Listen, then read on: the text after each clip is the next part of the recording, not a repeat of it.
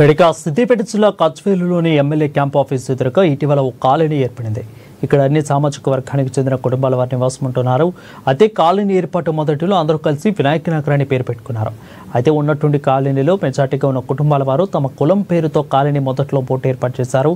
దాంతో ఆ బోర్డుపై మిగతా కులాల వారు అభ్యంతరం వ్యక్తం చేసి ఏకాభిప్రాయానికి రాలేకపోయారు. దీంతో రెడ్డి కాలనీ, ఆర్యవైశ్య ఎంక్లేవ్, ఇక Mudiraj enclave, Yadavs enclave, Vishwakarma enclave పేరుతో బోర్డులు ఏర్పాటు చేశారు. ఒకే కాలనీలో ఇలా 6 పేర్లతో బోర్డులు ఏర్పాటు కావడం స్థానికంగా చర్చనీయాంశంగా మారింది. ఇలా కులానికి ఒక కాలనీకి బోర్డు ఏర్పాటు చేయడం సబబు కాదని గజ్వేలు పట్టణవాసులు అభిప్రాయం వ్యక్తం చేస్తున్నారు. ఈ ఘటన బాధితుల ఐక్యతను దెబ్బతీసే విధంగా ఉందని, కాలనీ వాసులందరూ ఒకే తాటిపైకి వచ్చి ఒక నిర్ణయం తీసుకోవాలని, ఒకే పేరు పెట్టుకోవాలని సూచించారు. కుల మతాలకు అతీతంగా వెలుగుతూ సమాజానికి విలువైన సందేశం ఇవ్వాలని గజ్వేలు వాసులు కోరుతున్నారు.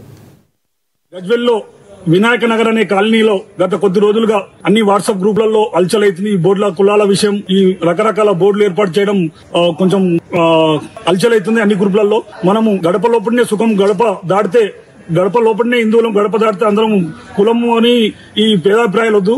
ఒక కాలనీకి మంచి పేరు పెట్టుకొని మీరందరూ పెద్దలందరూ కూర్చొని మంచి చర్చించుకొని ఆ కాలనీకి మంచి పేరు, ఒక దేవుని పేరు ఏదైనా మంచి పేరు మీకు పెట్టండి. కానీ ఈ కులాల పేరు చిచ్చు పెట్టి అనవసరంగా మనం ఐక్యత దెబ్బతీసుకోవద్దు. హిందువుల కోసం ఎన్నో ప్రోగ్రాం చేస్తున్నాం. ఇది చూచైనా మన గజ్వేల్కి చెడు పేరు తేవద్దని మనస్ఫూర్తిగా కోరుకుంటున్నాం.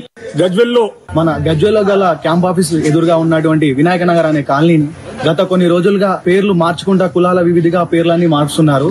ఏదైతే మన హిందువుల భిన్నత్వంలో ఏకత్వం అని ఉంటది, దాన్ని అందరం పాటించాలని మనస్ఫూర్తిగా కోరుకుంటున్నా.